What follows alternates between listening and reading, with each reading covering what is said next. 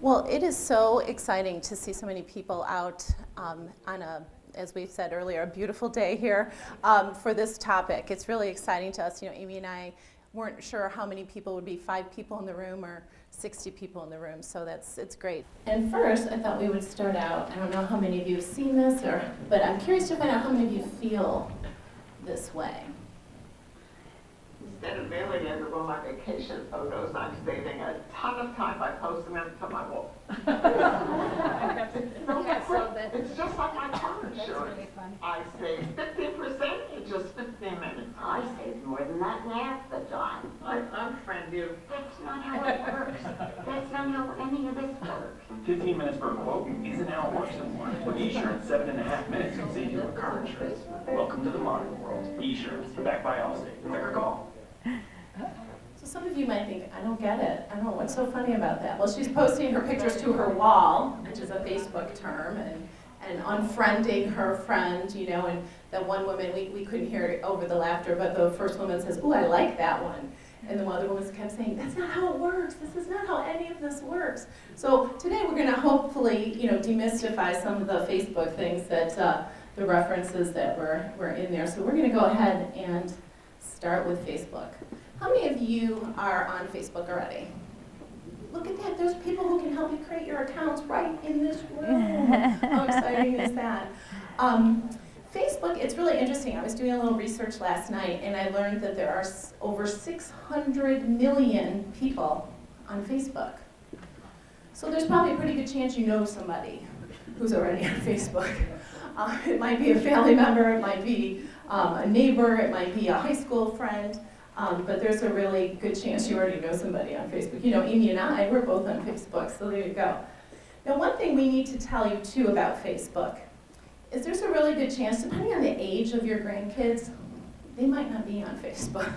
The Facebook's kind of an old technology for many of our grandkids or many of our students and children now. I know I have a niece who's a senior in high school and a nephew who's a freshman in high school. And they have Facebook accounts, and they use that to communicate with their old Aunt Judy and their grandma. And a few other family members, but basically they don't communicate with their friends that way. But I think if you are there, I bet you have grandkids and maybe some of your own kids, or as I said, you know, kind of high school friends or college friends or friends from the past that might meet you there. But we do want to make sure we kind of point that out, that your grandkids might say, Facebook, that's old news. But like I said, they do it for my benefit. So the other thing that was kind of interesting is as I was going through last night, I was looking at my own Facebook wall, and I said to myself, we're going to kind of rotate. oh my goodness, I don't think I can show that today. So I created a new Facebook account for my dog today. Because that's one of the things about these social media accounts here is that you never know what's going to get posted. So if I'm showing this publicly and this is going out on LFTV at some point, I don't want to show anything that's going to embarrass me because I don't have control. I have control over what I put out there, but I don't have control about what people that I have friended, people who I'm connected to on Facebook put out there. So that's why I made a different account for my dog. and her friends are pretty good, at least at this point. But a couple things to point out, that when you, in order to use Facebook, you just go to facebook.com, it's a website. There are also many different apps for Facebook, so if you have a smartphone or an iPad, I think there's even an app for Kindle, or at least you could get to it on the internet. Anything that's internet enabled, you'll be able to get to Facebook. Basically, all you need to make an account is an email address. So if you have an email, you're all set to go. And then you need to find some friends, because just you on Facebook all by yourself, not much is going to happen.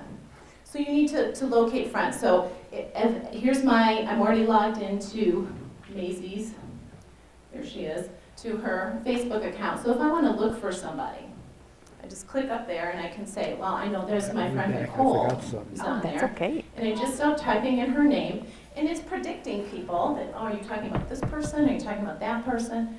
But then as I get a little closer, oh, there she is. She's the first one there. So I can just click on her. So imagine doing this with your grandkids. You can just type in their last name, or if it's Smith, you might want to type in their first name and their last name. And then if I want to become friends with Nicole, I just click this little green button here, add friend. And then it says that the friend request has been sent. Now, I have to wait for Nicole to accept my friend request. We're not friends, and so if somebody sends you a friend request and you don't want to be their friend, you don't have to be their friend. And I'll show you how to do that. Obviously, if it's family members, but I know my mother-in-law always says, I don't want to be friends with so-and-so from high school. I don't care. I just am on Facebook for my grandkids. So then you just ignore it. It's not a big deal. But anyway, so that's how you find friends. I could type in, as I said, just my last name. And there's a whole bunch of people that are in my family that I could choose. Where's your dog? My dog, that's the first one up there, Maisie. Okay, there she is. And she'd be happy to be your friend. She doesn't type so well, but she's cute. So I'm going to go back to me. So now I do have a bunch of friends here. Last night I talked a couple of people into becoming the friends with my dog. So here's my good friend Amy Lamberti, who's in the room, who she posted a picture of today. Here, it says presenting to seniors of Lake Forest today. And then she's done something here, this little pound sign, and then it says sharing social media. How many people have seen those before? The pound sign and some words after it. You're seeing it more and more on TV shows too. That's called a hashtag, and we're going to talk about that a little bit. Oh, it's okay. Here, do you see where where my mouse is right here? Right here, sharing social media, the little pound sign and sharing social media. We'll talk more about those when we talk about Twitter. But right here is a picture that she took and posted. And then down here, kind of like we saw in that commercial, it's saying that there's people who like this. Now, the people that have liked this picture, and if you look, it's in your vocabulary, here's what it means to like it. It's basically saying, I like that, or I am giving a positive comment or a positive feeling about that without ever having to type any words, just by clicking a little thumbs up. Here's the like button. It's hard to see, but I can click on that. Now, you and 7 others liked this. And basically, if there's a picture of your granddaughter's recital, so you can like it. You don't have to see, of course you could type a comment if you wanted to. Yeah. I could type a comment Yeah. here. I think she's even got it on her track too. Looks like fun. And now here's my comment. Looks like fun. Now, the 7 people that liked this, I might not be friends with all 7 of those people. Those people are friends with Amy. Okay, does that make sense? I'm friends with Amy, and Amy posted something, and because I'm friends with her, I see this. This is called my Facebook wall. Okay, kind of like the woman in the commercial, she was putting her pictures on her living room wall. And here, it goes on and on. Here's some more people posting things. People post comments. There's a picture that I posted earlier. Here's a post that I posted earlier, and so on. Now I want to point out some other things. We talked about friends and friend requests and things like that. Now if you notice up here in the upper right-hand corner, I've got some red little numbers up there. There's 2 people, it's hard to see, it's kind of a silhouette of 2 people and the number 3. When I click on that, that shows me people, and actually I'm going to come up here because there's a lot to see here. Is these first 3 people listed? Those are people who've asked me to be their friend. They want me to be their friend. I know them all, okay? so I can click confirm, and then that person's my friend. And I will see whatever they post on Facebook. If I click not now, that's kind of a nice way of saying not now, not ever, okay? And I'll actually do it and show you. For Chris, I'll go ahead and confirm his, and it'll say, hey, now you're friends, yay for you. And Chris will get an email that says, you and Maisie Epke are now friends. Now Jim, I'm going to say, not now. I can mark him as spam, but he's a good guy and I'm gonna see him later today, so I don't wanna do that. But I'll go ahead and confirm life. But you can see, like, Jim doesn't know that I ignored his Facebook friend request. He doesn't know. He just knows the things I'm posting will never show up on his wall. So you're not hurting anybody's feelings because they don't know. You know, you might run into somebody and they say, hey, I friended you on Facebook, what happened? And you just say, oh, yeah. I like your sweater. You know, you kind of change the topic there a little bit. Now over here, there's something that looks like a world, okay? And there's a number 8 up there. When I click on that, that is showing me people that have interacted with things that I have posted. So, or something that other people on my wall have posted. This person, and I don't know Tanya Harvey, I don't know her at all, but she reacted to Amy's photo that she posted. And so that's just letting me know that somebody commented on a photo that's on my wall. Here's Nicole, remember I friended her? Nicole accepted your friend request. She's nice that way. I also will get an email in my email account that says that she accepted my request. Amy liked my status, here's 2 people that liked my photo, and so on. And notice that after I have clicked on those red numbers go away. Okay?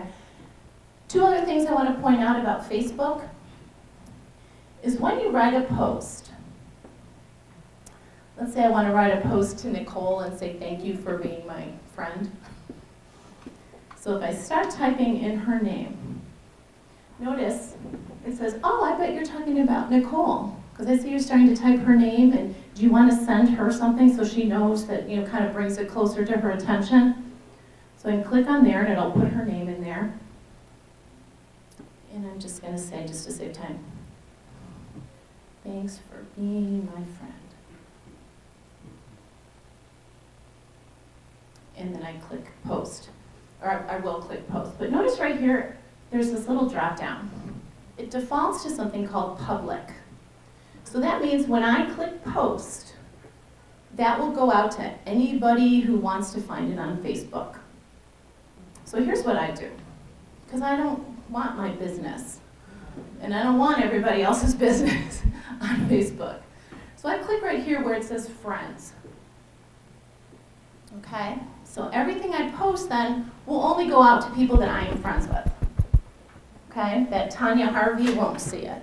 The person that was friends with Amy. And so on.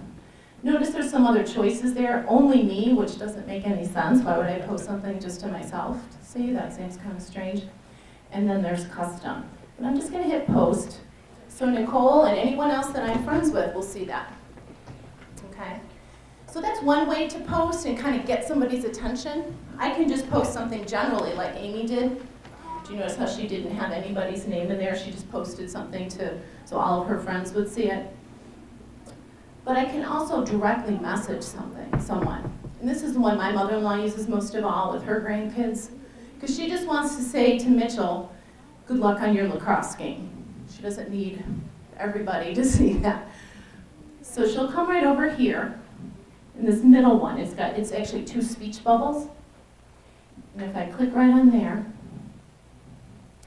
and it says send a new message, it's coming down here, so I can send it right to Amy. Send it to me and I'm going to write her back. Or, now I typed in an A and it found 2 people that I'm friends with that start with the letter A. To Amy, I can just say something directly to her.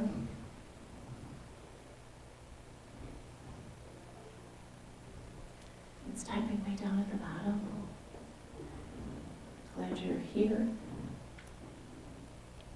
And that will show up in Amy's, she'll have those 2 speech bubbles in Amy's Facebook account. She'll have a little number 1 there saying that someone sent her a direct message. And only Amy and I see that. Okay. The other thing I forgot to mention right at the beginning there was for all of these tools, the terms of service is 13 years old. Okay, so if you're looking to connect with your 8-year-old granddaughter, they really shouldn't be using these tools. Obviously, that's a parental decision, not my decision. But certainly I know there are families that use this with guidance. I'm uncomfortable with my 10-year-old having a Facebook account, but here are the parameters. But that's just something for you to know as well. So we're going to move on. That's Facebook, Fast and Furious. Oh, look what happened. I have a little number 1 up there. That means somebody sent me a direct message. Guess who? Right down here. I also am happy to be here. Ta-da! With the smart device, I can make it Real happen. private conversations. Yes. A general question. Is Facebook what you would use to find a friend that you've lost track of? I think it's a really good way to find a friend you may have lost track of. That's a great way to do Is it. there a special place that you go to for that? You just, right up here, and if I start typing in a name, I'm just picking a name out of the blue here, Sarah Cummings. And then notice, wow, there's a lot of Sarah Cummings, there's Sarah Cummins, that what I would do then is click on, let me try this one, and I have no idea what this is gonna show up, so I apologize in advance. But I can look and say, is this the Sarah Cummings I think I know? There's this about feature right here, which can tell me, okay, she's pretty locked down. She only says she's female. Sometimes they'll say, I graduated from such and such high school, I live in Baltimore, Maryland, those kinds of things, but that's really the best way to go about it. Amy, you want to come? Yes, please. I have a question as well. Uh-huh. I'm a little confused about, it seemed like on your page, or your wall, people that aren't your friends, you can see information from them because they're friends of your friend. Mm-hmm. So, do you like that? There are settings that you can set, for example, my personal Facebook, and that's why, another reason why it wasn't a good example for me to use, is because I've got mine pretty well locked down, that if you look for me on Facebook, you won't find me. Can you make it more clear? Okay, so I'm very particular about who I want to connect with on Facebook. No offense to anybody in here, but that's just the way I have my things set. And so I don't, there are some settings that you can change, and a lot of it, I think you get pretty good at, I should say, I get pretty good at filtering out things that aren't important to me. For example, with Amy here.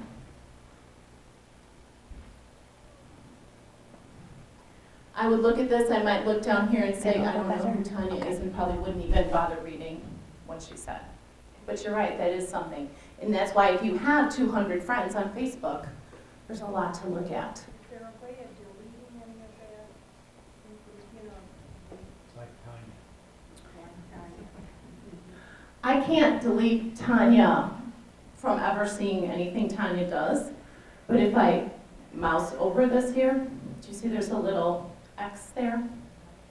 And I can just hide it. But personally, that's more work than just ignoring it. I think I could ignore if Amy's posts get a little too political or a little too complainy. I've defriended people because they complain too much. Is what I could do is come over here next to Amy, and there's a little arrow, and I can say I don't want to see this because maybe it's something that is offensive to me, or I can unfollow Amy, or I can stop Amy's posts from showing up in my feed. and it all appears with Mhm. a message there. Here's your message. There's a little arrow up in the right. It's hard to see, but if I click on that, that will show up. Would Amy know that you decided not to be her friend? Amy doesn't get a notification, but all of a sudden Amy would not see my information. Yeah. So it's good in that way. I'm not hurting her feelings, but she's not clogging up my life either. No offense. Clogging up your life. I do have to tell you personally, my grandparents who are in Waterman have 19 grandchildren and 6 great-grandchildren, and they see what we're doing because of Facebook. So right now I could call my grandma, and my grandma can say that she saw us down at Museum of Science and Industry on Tuesday, and that she knows exactly what we were doing yesterday, even though I didn't pick up the phone and call her. because with 2 young kids, I'm busy. So just so that you know, it is a great avenue for connecting with your grandkids. Now I'm gonna put you probably about 25 and up are heavy hitters probably with Facebook.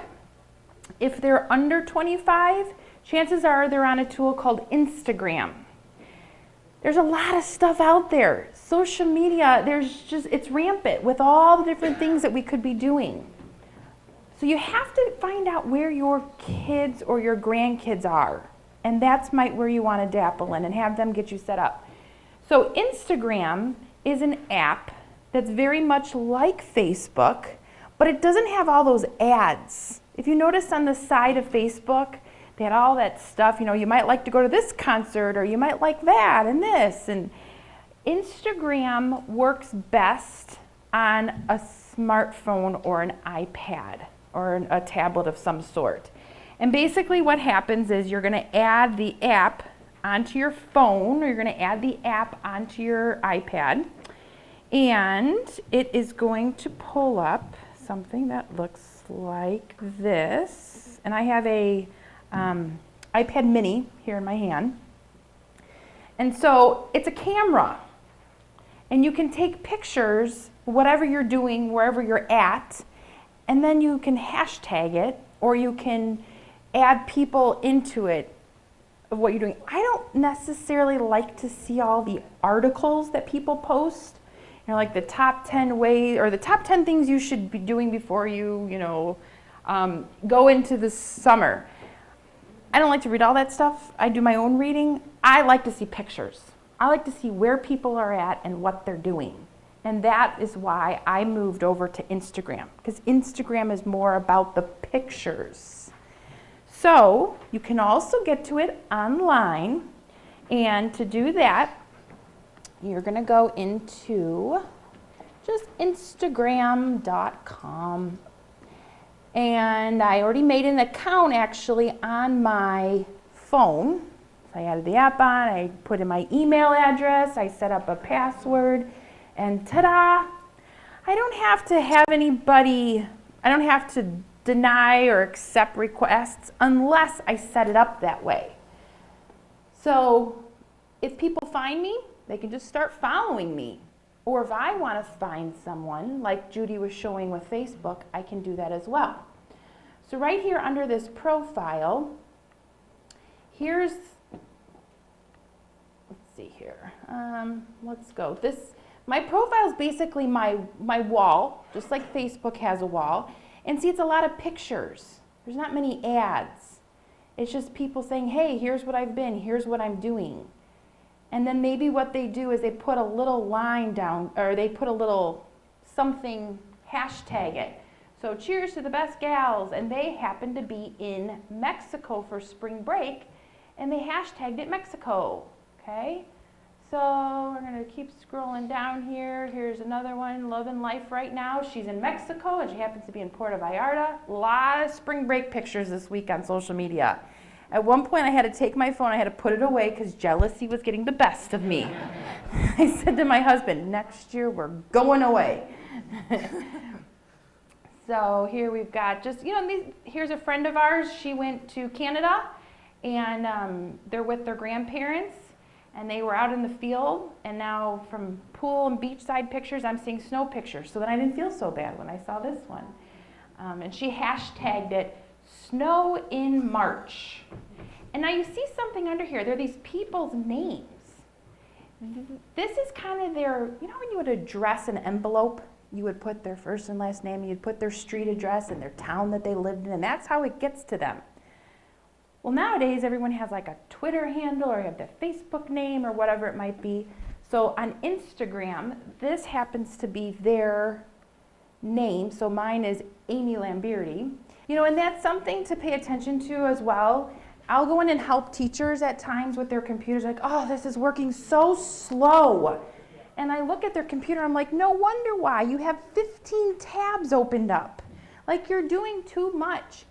Simplify, and if you're, doing email, that's fine, and then maybe a second tab for Facebook or Instagram or whatever Twitter or Skype, that's fine. But if you have a lot of things on your computer running, it is going to slow it down. So I just heard a click for Skype, so that means we're connected somewhere. Something's coming back through. The other thing too that's really neat about Instagram, if you love photography, you can put all kinds of different backdrops. So you can go sepia, you can go black and white, you can like soften and blur the edges, and they look professional. So there's times where I see pictures up here and I'm like, whoa, that's really cool. I'm like, oh, they just did it through Instagram. The other thing that's really neat too is that you can multi-post, meaning I can take a picture on my Instagram app of today, which I did, and said presenting to the Lake Forest seniors at the senior center today. And then it'll say, do you also want to post this to Facebook? And I say, yep. So it went on to Facebook, even though I was Instagram. So they work together, which is like, wait, you put that on Facebook and you have to put it on Instagram and you have to put it here and you have to put it here? Nope. There'll be a little button there that says, where else do you want to put this to? And I could also put it onto Twitter if I wanted to. So a lot of different ways that you can save yourself time. And then you might even see people's Facebook posts will say up at the top, put in or posted through Instagram. You're like, what? What does that mean? They took the picture in Instagram and then they clicked, also posted to Facebook. And that's where Facebook said, aha, we are getting this from Instagram. And that's how it came to be. So, doesn't want to go in? Does not want to go to Instagram.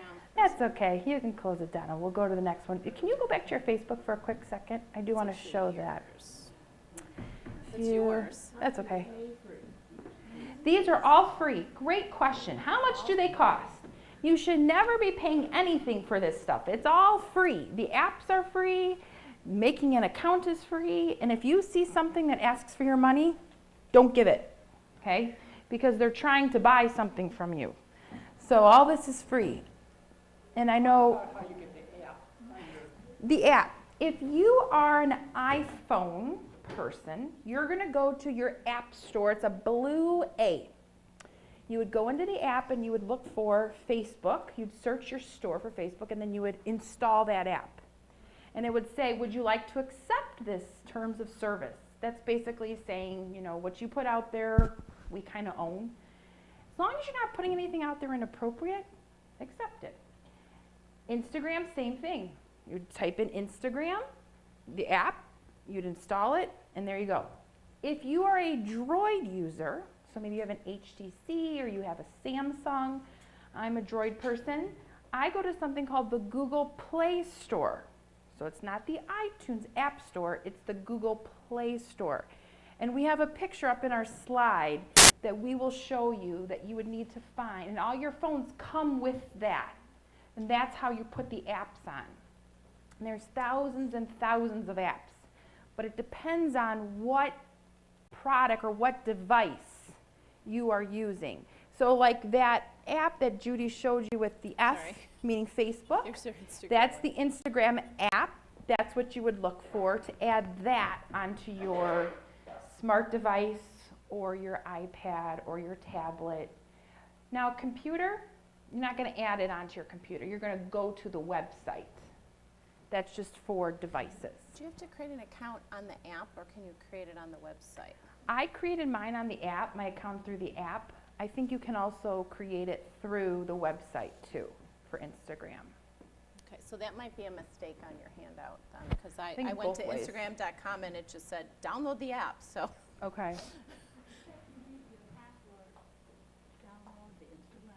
That is true. So what happens is that your app store is connected to an account in the cloud, and it will ask you for a password. And that's a really great feature because like my kids, if they're using my iPad, they can't just download apps. They have to know a password. Or if someone were to take your device and they started using it, they need to be able to know your password for your iTunes account as well as your Droid account.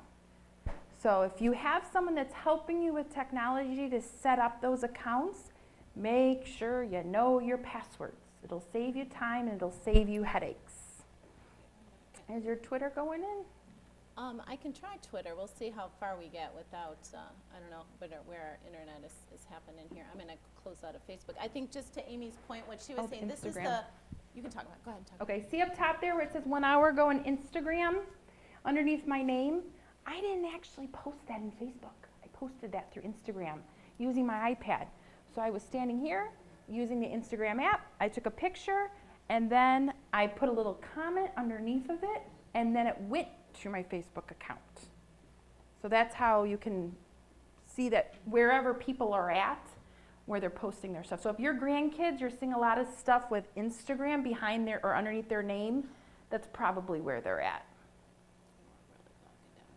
Bogging down. Bogging down here. See. One of the things I found, and tell me if this is true, because you're a far more prolific Instagram user than I am, is I find my niece and nephew in high school love Instagram because they're always got their phone and they're always taking pictures of themselves, pictures of their friends. Boom, it's right in Instagram. So as Amy was saying, I think as we take a look at different age groups, that's one of the reasons we've got these middle schoolers, high schoolers that love Instagram so much because it's instant. They can use their phone. Yes, there's Facebook on their phone, but you have to post a comment and all this kind of stuff. For a while there, I think it was kids like to collect friends on Facebook. Now they collect follows on Instagram. So that's what I've found. Our kids, our middle school kids and our high school kids do really like having Instagram because it's instant right from their phone. Yeah. If your smartphone has a microphone, can you post your comment using the microphone? Or do you have to type it? Yes, so like my husband is not a fabulous speller. So he does use the microphone feature where he can just press the little microphone on his phone and he can say whatever he wants and it dictates. And we've actually taught that to quite a few of our students who might be LD, so they've got some learning disabilities, that they can just talk right into Google, they can talk into their computers, they can talk into their handheld devices. My first grader did a grandparent interview with my father-in-law who used to live in Italy, and he did the whole entire project just using the voice command. So it was really, really neat. And so there is an option for that. We're back up. Very good. And thank you for whatever you just did, because your magic made it work again. Houdini. Next we're going to talk about Twitter, and Twitter is where my teenage niece and nephews are. That's what, because it's really easy to post things to Twitter. Not that it's difficult to post things to Facebook, but I think that's just the social network that they've kind of adopted. It's on their phones. It's also on a website, which is what I'm going to show you today. But pretty much any kind of smartphone that you have, you can get to Twitter on a Kindle, internet enabled, all that, anything that's internet enabled. There's also a Twitter app, obviously to download to your phones, but there's many apps that allow you access to Twitter as well. So if you do a search for Twitter and you see things called TweetDeck and Tweety and anything kind of related to Twitter or Tweet, all of those do the same thing. Starting out, I would just download that Twitter app because it's going to be most like the website, which is where you might want to start. So now Twitter, you've probably seen a lot on TV or heard, follow us on Twitter and look for us on Twitter and post this to Twitter, and more TV shows are asking if there's a show like American Idol or Dancing with the Stars, you can even vote on Twitter now. But what I want to let you know first off is Twitter can be very overwhelming, very overwhelming. It's hundreds and hundreds of thousands of millions of people posting. And I don't know about you, but I don't have time for all of that. So I wanted to let you in on a kind of a little known secret is you can find out information without even having an account. You can search for things, you can search for hashtags, which we'll talk about. You just can't post if you don't have an account. So if you just want to see what your grandson is posting on Twitter, first of all, buckle your seatbelt. Then take a look at what your grandson might be posting on Twitter. you can do that without creating a Twitter account or downloading the app or anything like that. One of the things we tell our students, and even some of our teachers that we work with, is number one, the internet is forever. Okay, so anything you put out online, even if you delete it, there are ways for people to see it. So we've all heard stories about people trying to get into college or people trying to get a job and they've looked at their Facebook or their Twitter account and they haven't gotten that scholarship or that job. Because it does happen. Even if you delete it, like I said, there are ways for people to go back and kind of find some of those things you might not be so proud of. So we always say, don't post anything on the internet that you wouldn't want your grandma to read or your grandpa. And hopefully your family members are doing the same. Like I said, I took a look at what my niece and nephew were posting the other day, and it wasn't so bad. It was more what their friends were posting, but I still sometimes am a little shocked by it all. But anyway, so what you can do is if you know the person's Twitter handle, now let me tell you a little bit about that, and it's in your vocabulary as well. So if you remember this slide that we showed you about Amy and I, is we have our names, and then we have our Twitter handles. It always starts with the @ symbol, and my Twitter handle is my first initial and my last name.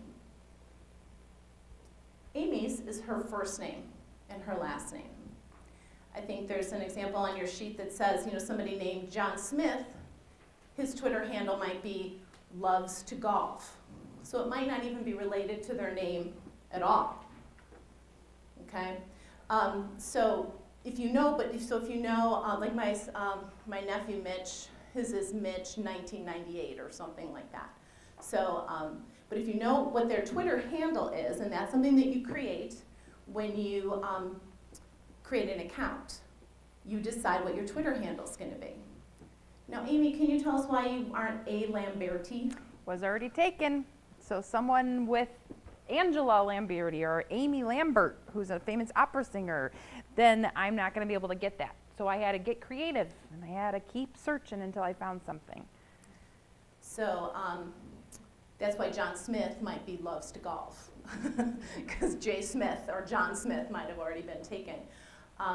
My mother-in-law, her name is Joanne Epke, and sometimes she gets mad that I already have all the J. Epke things, jepke.com and jepke@gmail and jepke. She's like, well, I want those.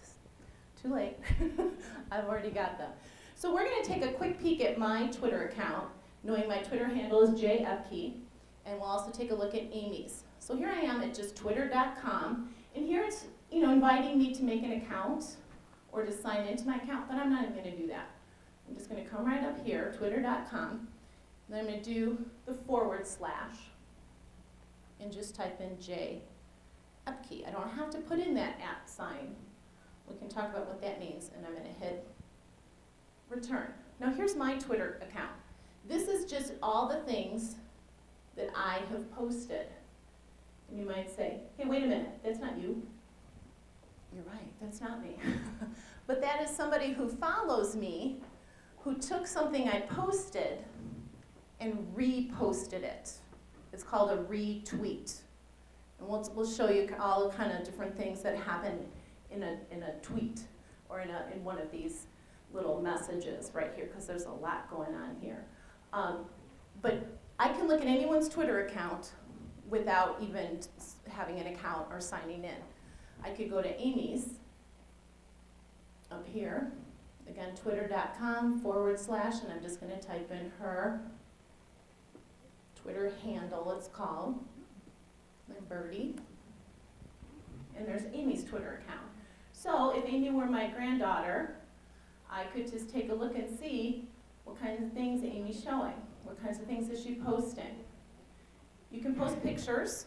That's actually something that Amy reposted or retweeted. She didn't actually take that photo, but there's a photo that was taken with her phone. So everything you post is public knowledge. Except for if you do a direct message, yes. And we'll talk a little bit about that. So that's why you don't want to post anything you wouldn't want your grandmother or your grandfather to read. Or your boss. Or, you know, another way to put it is that you wouldn't want on the front page of the newspaper. And it's funny that you say that. We were having a conversation at lunch about social media, and one of the things I did in applying for the job I have now is right there on my resume, I welcomed them to look at my Twitter account, because I use my Twitter account professionally. Remember I told you you can't find me on Facebook. That's my personal account. But my Twitter account, because it goes out to the world, that's something I'm happy to share with people. If you're interested in educational technology, go ahead and follow me on Twitter. If you're interested in, you know, current events, I'm not your gal. But, you know, you want to know great tools for, you know, your kids or your grandkids that I can help you with.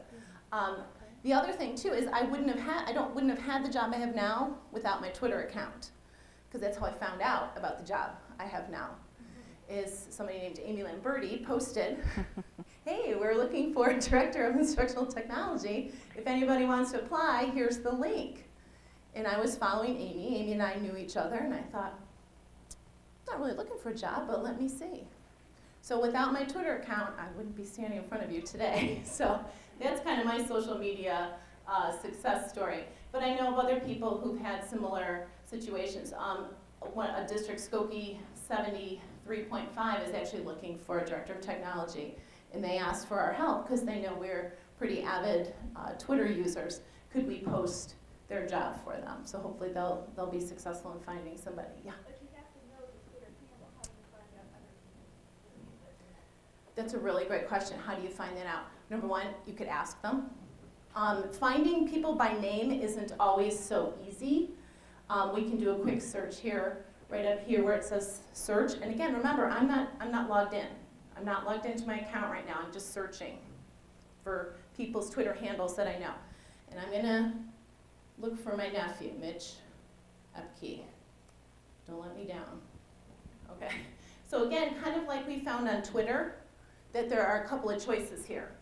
Okay, it's showing me 5 different people. And these eggs are, when you create your account, if you don't put a picture in there, your little avatar picture, it just shows up as an egg. On Facebook, it shows up as like it almost looks like a mugshot, a silhouette of a mugshot. So these are people named Mitch Epke who don't have a picture. I happen to know that is my nephew. I'm going to cautiously click on it. and that is him. So I could go to his full profile. I could look at what he's posted. I'm going to quickly, he's 13. Okay, give me a break. There's his new puppy. We'll get to something I feel comfortable with. So that's a way you can do it. It's not always real successful. I know sometimes I've looked for people. The other thing to be aware of too is we know many celebrities and news organizations and TV shows and things like that use Twitter, is if you're looking up, I'll just say Jimmy Fallon, okay? You might look up Jimmy Fallon and it might not be him. It might be, because I could create a Twitter account with the Twitter handle Jimmy Fallon. So a lot of times it might say the real Jimmy Fallon or something like that. So you have to kind of be careful that you're getting the actual person, Bill Moyers, and not somebody pretending to be Bill Moyers. Yeah. How do you get your picture up there? Well, when I create an account, and I can kind of show you just real quickly here, is when you go through the steps, and again, there's tutorials on there. They're actually kind of a step-by-step. Some of them have videos to create a Twitter account. I created one for my dog last night because I figured she's already got a Facebook page. Why not a Twitter account too? So there you put in your full name, the email address. You would have to, you always, just like Facebook, you have to connect it to an email address, a password. That's where I choose my Twitter name. That's my Twitter handle. And if it's not available, like Amy said, it'll tell you, sorry, somebody's already got that one.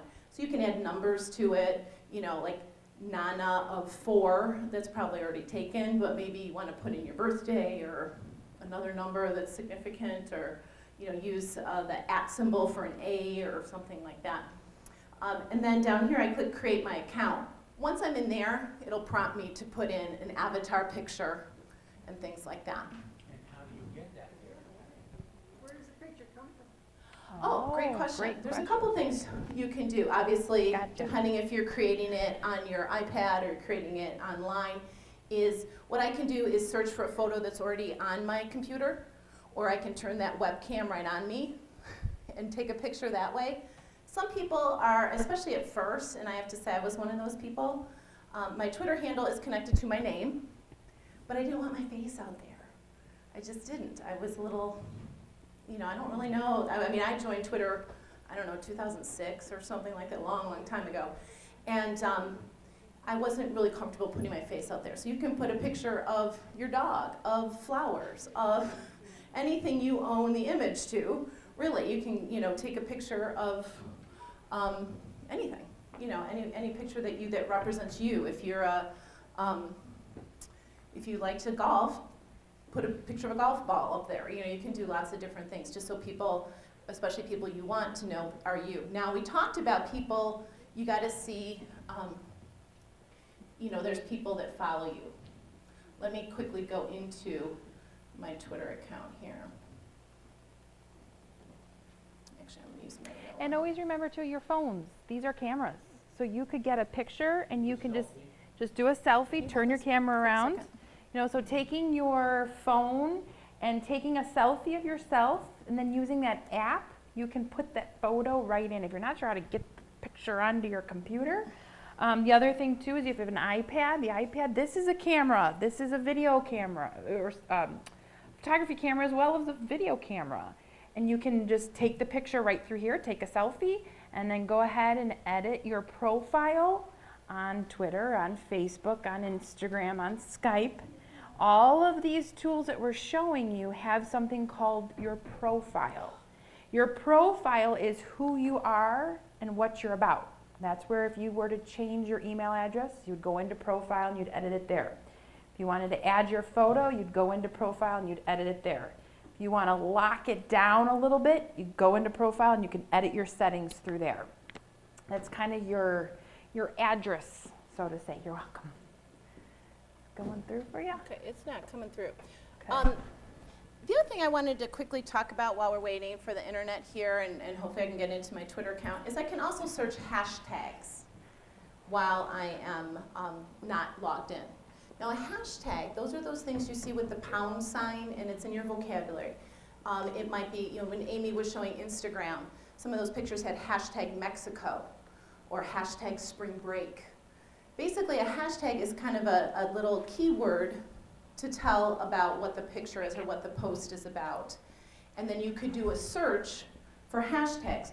For example, if I wanted to do a search for, and this is, you know, a couple weeks old now, but if I did a search for Academy Awards. So twitter.com, I typed the pound sign and then I typed Academy Awards. And you can see here's a whole bunch of posts. I don't know any of these people, but they all posted with the same hashtag. So if there's a current event like the mudslide, or I know President Obama's with the Pope right now, if you wanted to do, I'm sure there's a hashtag about that somewhere, that you could just find out about certain topics. Hashtag, and I keep using the same example, hashtag golf, hashtag Lake Forest, Illinois. You could see what comes up there. I believe when you do that, you might see some posts from the Lake Forester or the Lake Forest Patch, those kinds of things. But all of these are people who have posted. And the thing about Twitter, how it differs from Facebook, is a Twitter post can only be 140 characters or less. So you see people sometimes abbreviating words. You see people leaving out words or punctuation. And for a while, as somebody who considers themselves as a wordsmith and a grammarian, it bugged me, but now I'm okay with it. Not putting in question marks or punctuation marks if I don't have enough characters there. Here's Amy, she's typing in a post. And if you, right over here, I don't know if you can see, it's showing her how many characters she has left. And if you type over 140 characters, now characters include spaces as well as your punctuation, then it won't post it. It won't let you post it out. So I would have to start abbreviating. I might abbreviate, kind of do that text language, the word you as the letter U. I might leave out the word, I might change it will to it'll, you know, it apostrophe I-L. I take off periods a lot, those kinds of things. And as soon as I get back to 140 or less, the tweet, and that's what you call a post on Twitter is a tweet, the tweet will go out. Now, so if I'm putting in something like a hashtag, and notice, you just make them up. You might say, well, how do I know what hashtags to use?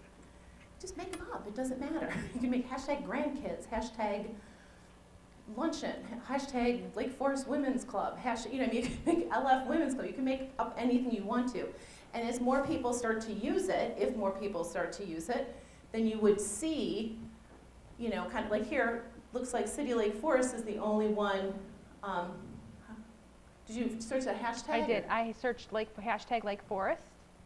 So, and here is the Dickinson Hall, which happens to be where we are at. Has a little kitchen thing. So there's stuff that's going on right here in your town that's being posted out there that you can discover. And as you can see, the hashtag Lake Forest hasn't really caught on since it's only the city of Lake Forest that seems to be using it. Maybe the school district and the high school and some other people might use it from time to time. But especially things like I said, current events or things like the Academy Awards. You could do hashtag Chicago Cubs. See what's going on during their spring training. Hashtag spring training, see what's going on. And again, all of this without an account. One thing you will see is right over here where it says trends. These are popular topics and hashtags that are trending right now. This morning, it included President Obama and the Pope. There were a lot of Pope Francis was trending this morning. March Madness is no surprise. Half the stuff, I don't even know what that is. I don't know what that's supposed to be. But if I clicked on EdChat, for example, or March Madness, I would see all these posts that have that hashtag. Teenage Mutant Ninja Turtles. Of course it is. TMNT. Why that's trending, I have no Probably idea. a movie or something. I have no idea.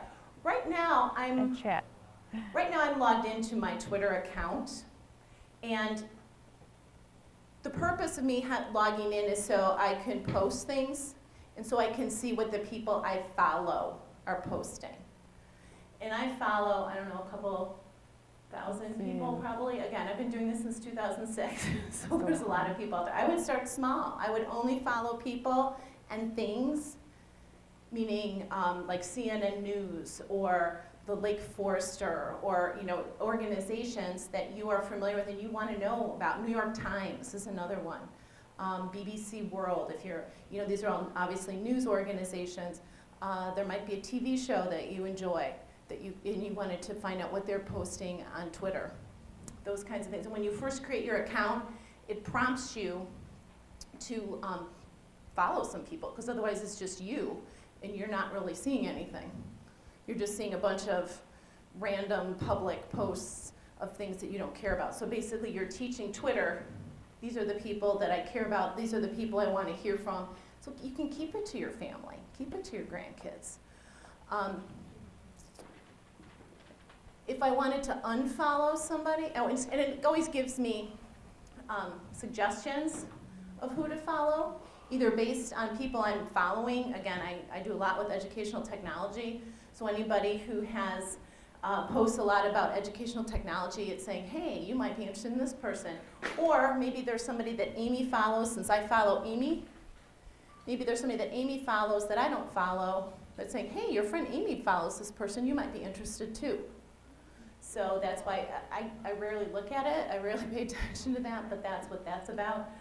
You can look for things like family members and things like that. We showed you how to do that. Or I would just ask them, what's your Twitter handle? Dear granddaughter in college. She might not want to give it to you, but now if I'm following somebody here and I want to unfollow them, I just mouse over it and I unfollow them. Randy's none the wiser. He doesn't suddenly get, Judy's not following you anymore. It's just part of, it comes and goes. You know, people follow me and unfollow me all the time, and you know, it doesn't bother me at all. Doesn't bother me at all. But I think, again, talking to your family members and finding out if Twitter's the way that they're posting things, but also know that you can see what they're posting without even creating an account, which might be a place to start, might be a way to start. Okay. We did Facebook, we did Instagram, we've done Twitter, and the last one we're going to do is Skype. And the reason that I'm a lover of Skype is because my mom and dad live in Wheaton, and they were able to see my daughter, Lucy, crawl for the first time through Skype because I was at the kitchen and I was cooking dinner and I had the computer down on the ground and I had Skype on, and Lucy was sitting there. My mom was actually babysitting Lucy via the computer as I was cooking dinner, and she was sitting behind me. And I had the computer kind of over, and she got up and she started crawling to the computer to see my mom. And that's how she crawled for the first time, was through Skype. And my mom was able to witness that, which was really cool. And I think it's a way, there's a difference between picking up the phone and calling somebody and hearing their voice versus seeing their face and their smile and their eyes. And Skype allows that, just as FaceTime would. If you're on an Apple product, you might want to use FaceTime, but Skype works both.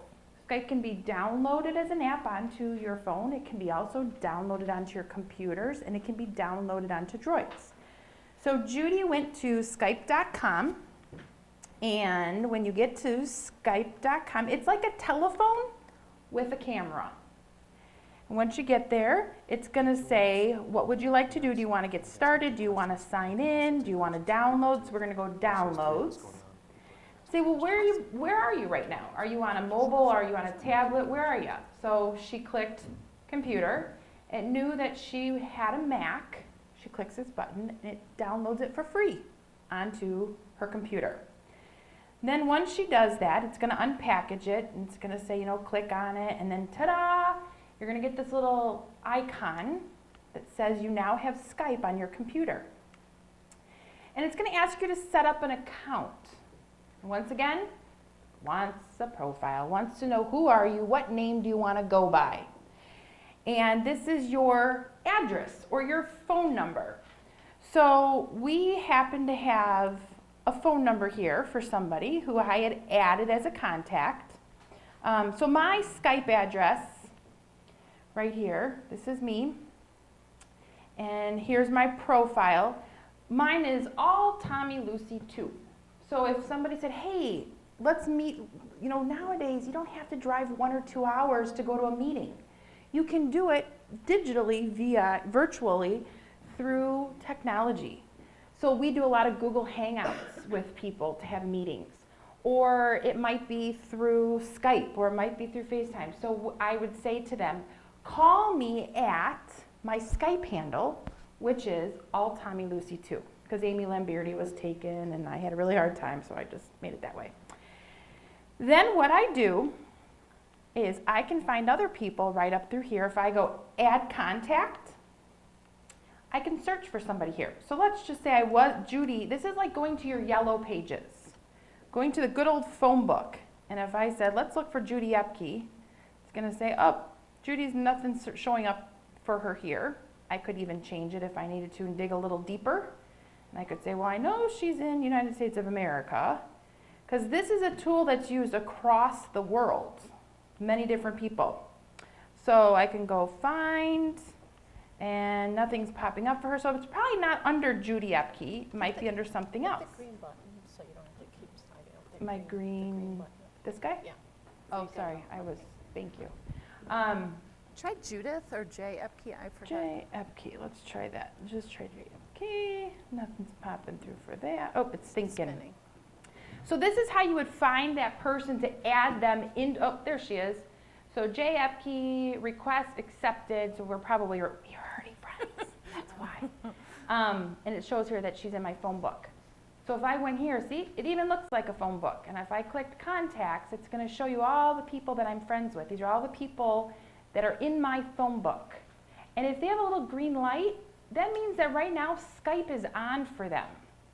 And so right here, I can click video call, and you're going to hear a sound. So it shows me ringing Pat Burlingame, and up pops somebody very important to me, and it happens to be my grandma. So I told my grandma, I said, I'm teaching the seniors of Lake Forest today, and we're going to call you. Hi, Graham. Hello, how are you? Good. How was your morning? Oh, hey. Great. You can tell she's in her sewing room where her computer's at. So she can't see you guys. I would have to like move my computer around, but see how I'm moving the computer? And now she can. Hello, everyone. So, Grandma, tell them one thing that you love about Skype. Oh, I like to get to see all the great grandchildren. Yes. And our son that lives in Georgia. Yeah. So she is a mother of 6 grandkids, and Grandma. Six children. She's got 6 kids, and all of them kind of live close except for Uncle Keith, who's in Ohio. So she Skypes with Uncle Keith quite frequently, and he also goes to China quite often for a business he has. So she's able to stay connected with all of us, and she loves to see Tommy and Lucy on Skype, right, Graham? Oh, yes. Oh, yes. So, all right, well, we just wanted to call you and say hello. Yes. Ask her Have a blessed how did day, you learn how to everyone. use Skype? Hey, quick question, Grandma. How did you learn how to use Skype? Oh, it was your mother and you and some of the other young people that cajoled me and talked me into it. Cajoled her, right? Yeah. So but I did call her last night to tell her between 1:30 and 2 I'd be calling her. So her computer's not sitting in the TV room for it to ring. She did go into her office because she knew I was going to call her at this time. But if you had a tablet, right, or a laptop, it would be by you and you could answer it that way too, right? You know, Keith said he was getting me a laptop, so won't that be nice? All right, there you go. Way to go, Uncle Keith. How much does Skype cost? How much do you pay for Skype, Grandma? I don't pay anything. All right, the best part too, it's free. Exactly, I was telling them today, don't pay for any of this stuff. It's all free, right? That's right. Exactly, and look at the quality. Pretty good, right? So as long as you have internet in your house and you have internet where you're at, you can be connected digitally. So, all right, love you, Graham. Have a good day. Bye. Bye. Bye, Grandma. So that's Grandma, and I just ended the call with her. So my sister, who is home today, she doesn't have a laptop, but she has her phone. And her daughters, who are 1 and 2 years old, love to talk to Aunt Amy. And so my phone is ringing all the time, and I answer it, and there it is. It's my niece's. So, and you can tell that Wendy's on because it's green, so that tells me that we could even call her right now. So using a phone and not being able to see faces, that's for the olden days. Now you can see everybody's faces, which is great. So that's a little bit about Skype. Right here, if you ever are wondering how do I do something, always know that the tools that we're providing, those 4 tools we covered today, all have a little help section. And that help box, you can type in anything you want to know, and there will be a little tutorial or a little video for you.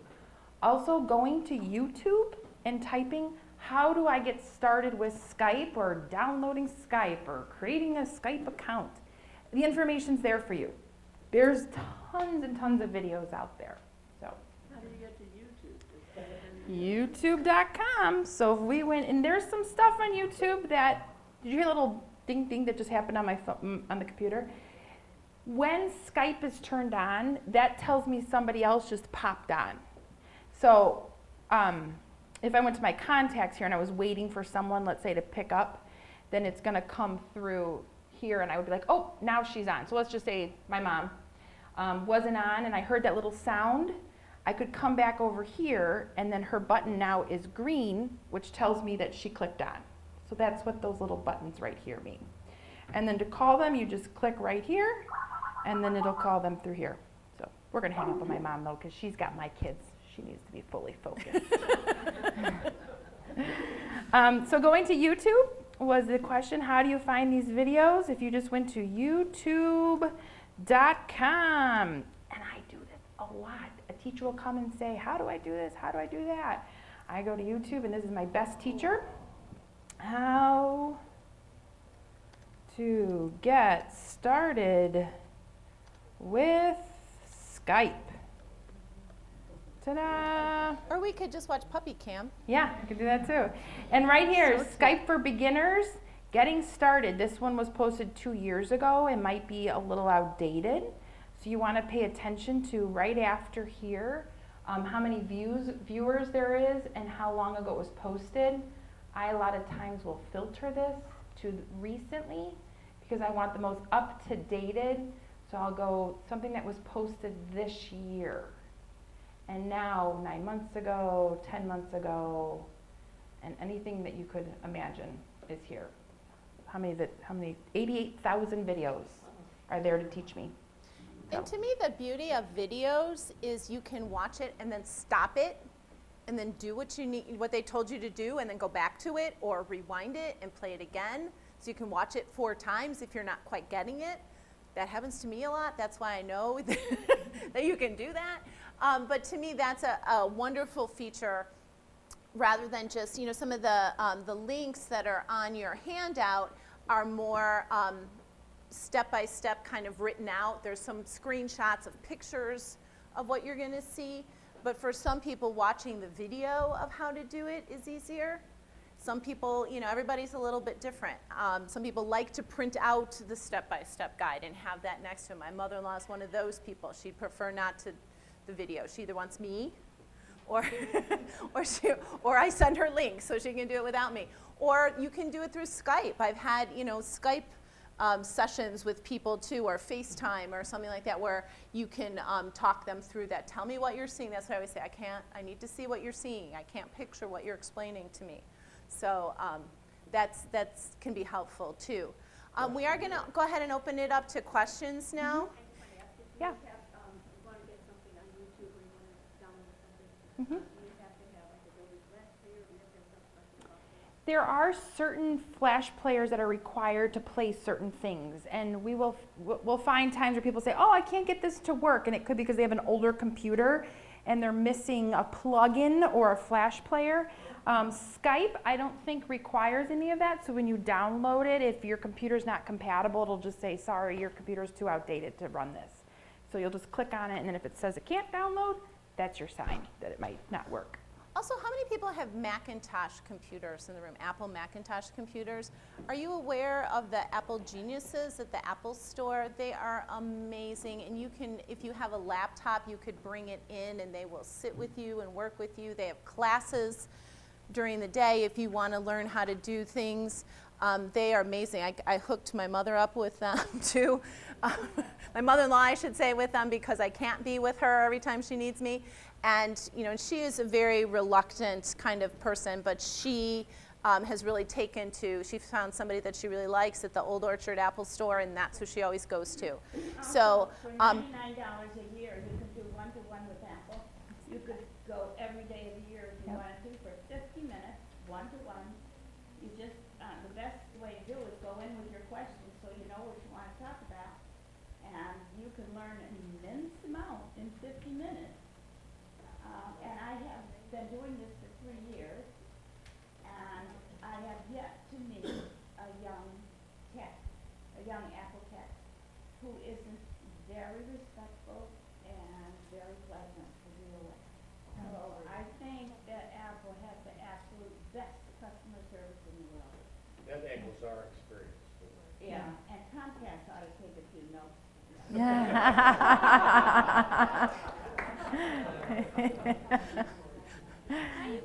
Yeah, question. Yes, pictures. Why do you have to put a picture up? Can't you just put a blank space up? Great question, and yes, you could. But going back to a lady's question in the back is if I am trying to find a long-lost friend, and I think that this is maybe Amy Lamberti, but I'm not sure, and there's no picture, chances are I might bypass her. So having that picture there solidifies who you really are, and it helps people to stay connected with you. Otherwise, they might pass right by you. But of course, you can always go without a profile picture Yeah. to stay You safe. can go without going on Facebook, too. True. Yes, you can. So, we have to wind up. Does anybody want one last question? You didn't talk about Pinterest. Oh, Pinterest. That was our backup that we were going to cover if we had time, and because we ran short. But Pinterest is a great spot for crafty people, or even if not crafty people. Sure. So Pinterest is another social networking tool where you make boards. And Drew, do you want to hop into Pinterest real fast? So you can pin, you find something you like and you pin them. So I have a board for holidays, and when it comes time for Halloween or Easter or Christmas and I want really cute little things to send with my kids to school, I pin them up on this board, and then when Easter comes, I can look at my board and find a really cute craft project and do it with my kids, or it might be a snack item to send in with them. So if you're somebody who likes to sew, or if you're somebody who likes to, like my mom loves making American Girl doll clothes. So she goes on Pinterest and she gets free patterns, she pins them, and then when she has a few extra minutes, which is rather rare, she'll go to Pinterest, she'll grab that pattern, and then she'll make the American Girl doll clothes for all the grandkids and then gives them to us for birthdays and Christmas. And you don't have to pay for things in today's world. Everything's free. It's out there. Amy, So- can you search Pinterest without having an account? I thought you could. You can, yes. Is it not letting you? It's, when I go to Pinterest.com, it's giving me this and it's making me Oh, log sign in? Okay, so maybe it's just through the app? Help. Well, I don't know. What if, I thought I always, because I have a Pinterest account and I have not logged in since the beginning of time. I can't even remember what my Pinterest account is, but I thought you could search Pinterest. without it? I thought you could, but they may have changed it. You might log in as mine, maybe? Oh, there you go. So Ta-da. basically, I just did what I did on Twitter. I did Pinterest.com, and then I did the / and I typed in, I don't know, knitting. We will do American Girl doll clothes or whatever.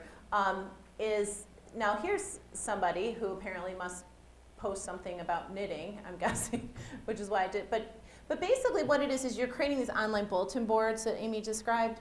And so if you're on a website and you go, wow, this is a really great recipe, you can pin it to a board that you've created called appetizers or lunch menus or whatever, Thanksgiving ideas or home improvement ideas.